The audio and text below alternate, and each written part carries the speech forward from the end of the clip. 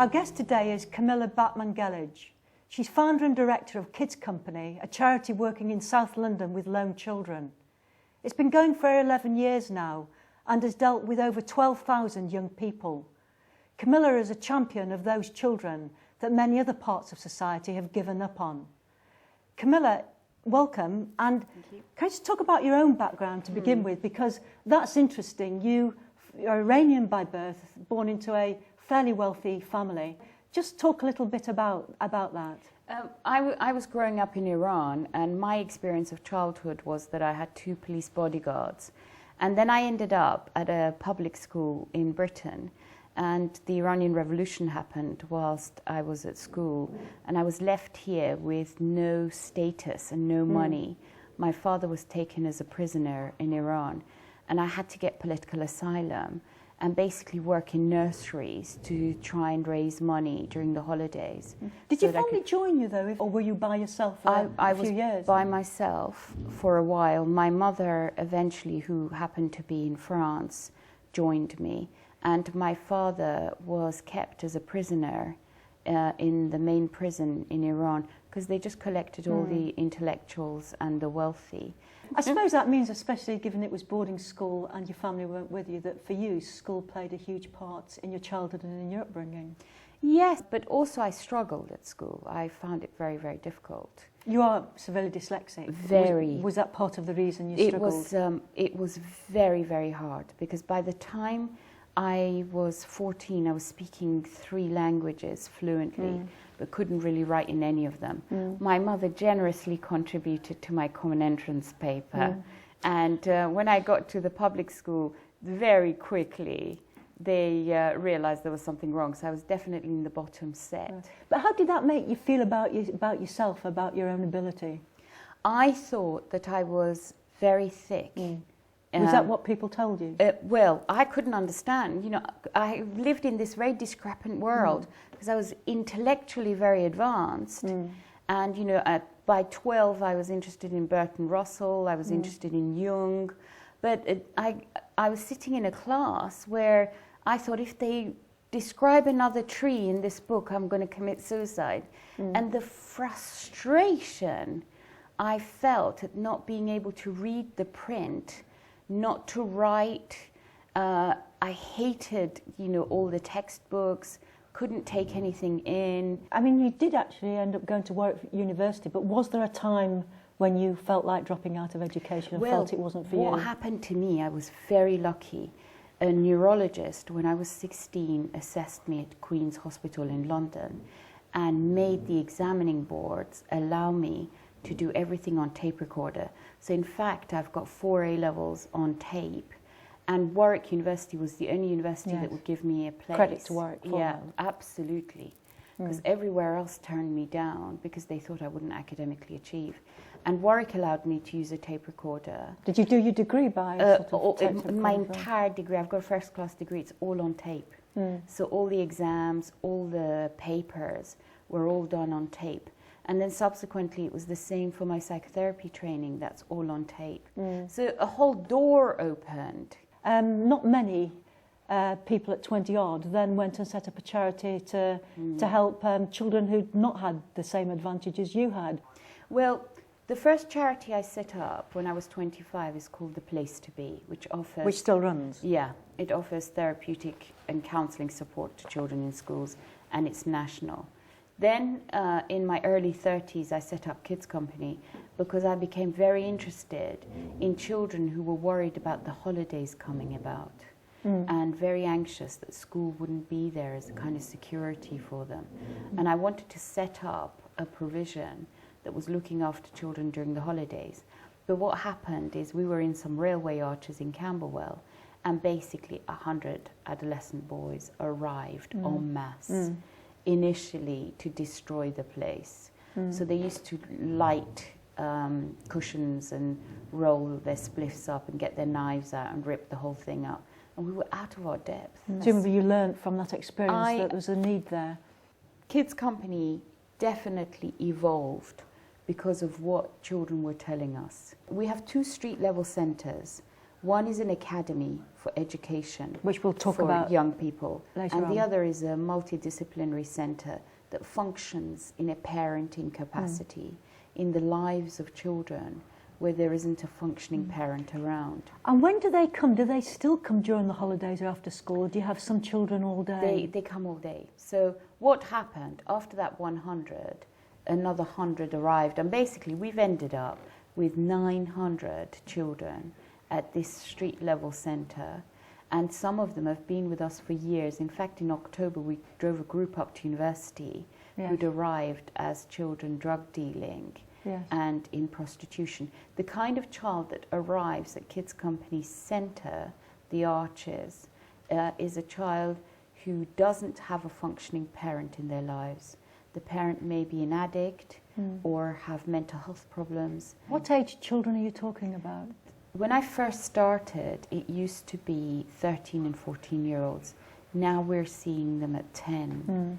And we're seeing kids who are recruited by drug dealers to actually carry drugs between dealers. And they're threatened. You know, boys, 11, 12, 13-year-old boys are arriving, describing the barrel of a gun put down their throat and threatened. Even, people pull the trigger, but there's just no bullet inside. And how did you switch it from being a place where 100 young boys turn up and want to burn it down to being a place where thousands of children turn up and see it as a sanctuary? Because I discovered that the thing that was missing the most in these children's lives was love and loving care. And I know this culture is very ashamed of talking about love openly, but actually what these children were suffering from is that they had no attachment figure in their lives. And because they were so abandoned, so neglected and so abused, they'd shut down their capacities to feel. So they were walking around kind of lethally cold, emotionally numb, capable of great harm. And because no one was treasuring them and no one looked forward to greeting them every day. They weren't special to anyone. Yeah, they felt that there was no point to living. But how did you make the breakthrough with them? Because these are deeply damaged young people. I began interviewing them individually on their own when I learnt the street language and how it all works. Did you go out into the street, or have you all depended on them coming to you? They all came. They poured in. Word of mouth spread. And they were pouring in. And we were offering 2 meals a day. So, lunchtime, you'd expect at least 100. Dinner, some 200 kids would pour in. And then one by one, I would take these kids and spend hours piecing their life stories together. I've now written 400 of their life stories in my own archives. And that's when I discovered that actually there is no such thing as a criminal child. These children are so chronically abused and neglected that they're pushed towards criminality as a way of surviving. What about mental health as well? A lot of the material I've read about your centre, there's this emphasis on mental health, and I think as a society we're not good at picking up signs of mental health issues in children. Is that an issue that it's a very you come big across? problem. A third of the kids who come to our centres have significant mental health difficulties. They have psychosis because of their skunk use, and they use street drugs to self-medicate. For example, crack cocaine stops flashbacks of abuse. And these children, when they withdraw from crack, they begin to have night terrors and flashbacks. And they can't sustain the withdrawal, they go back on it. And again, things like skunk and cannabis gives them a sense of control over brain chemistry that feels out of control. So it's their way of taking control of their own lives in a way. Absolutely. They don't take drugs as a leisure function. They're taking it to self-medicate.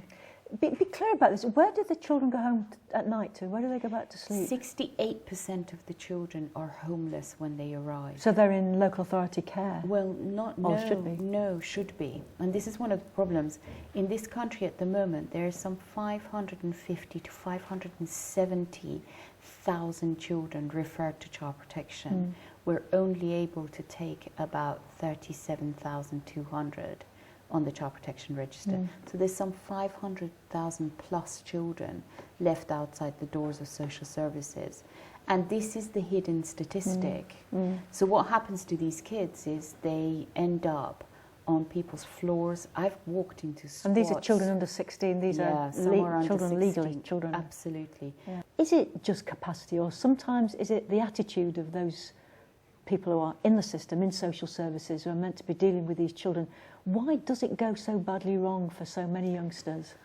I think that it's two things. It's underfunding and it's a lack of a theory of mind. So long as this society believes that one set of children are simply morally flawed and they make poor moral choices and therefore they're described as the criminals, and the rest of society is morally intact and should be protected against these bad children, we are thinking about it the wrong way. The truth is that it's adult irresponsibility, lack of adult investment, lack of prioritizing child protection, which is making children have to resort to savage and dangerous ways of surviving. I suppose what you seem to be saying is people who work in child protection should have backgrounds in health, in psychotherapy or in support. I mean, have we got the wrong skill set in the bit of our society that's meant to be looking after these children? I think we've got the wrong skill set. They're very dedicated social workers on the ground, but because they can't see themselves as resolving these children's difficulties because they're so under-resourced, the workers shut down their feeling repertoire a bit like the children to survive. So a child who's seeking compassion and kindness is coming across a worker who's also emotionally dead and exhausted. The whole structure needs an overhaul. I mean, I shouldn't be, as an agency, kids company, taking social services and mental health to court, to judicial review. In 1 year, I took them 34 times, won every single case. I take the point about capacity, but it does have to be more than that. I mean, they've got far greater budget than you've got. So it's more than money, isn't it? It is our approach as a society to how we're dealing with these children. Our approach. And I think the biggest barrier to educational attainment is not the quality of the teaching in the classroom. I think the quality of the teaching in the classrooms are actually really very high. It's the psychosocial conditions with which the pupil enters the school. You know, and we now know from brain research that if you've been neglected and you've been chronically traumatized, you find it very difficult to calm yourself down and to make room for learning to go in. Too much on your mind. There's too much on your mind. And not only that, you are hyper agitated. There's too much adrenaline in your system, too many stress chemicals. So you have a constant need for movement in a situation where people are telling you to sit down all the time. Sit down and sit still. Sit down, sit still and be quiet. Do you do any work with families? Because I suppose there's a line of argument that says if you could solve the problem at family level, you wouldn't actually need either social services or you to intervene. Our first port of call is to do a home visit and find out what condition the child is living in and identify if there might be a carer in the child's life who could be strengthened to parent that child. And to give you an example, recently we found some children under the age of 11, 3 children with 2 drug-addicted parents. And we identified the grandmother as someone who could be helped by our staff to take care of the children. And we've managed to push for both parents to go to rehab. Right. So we will try that.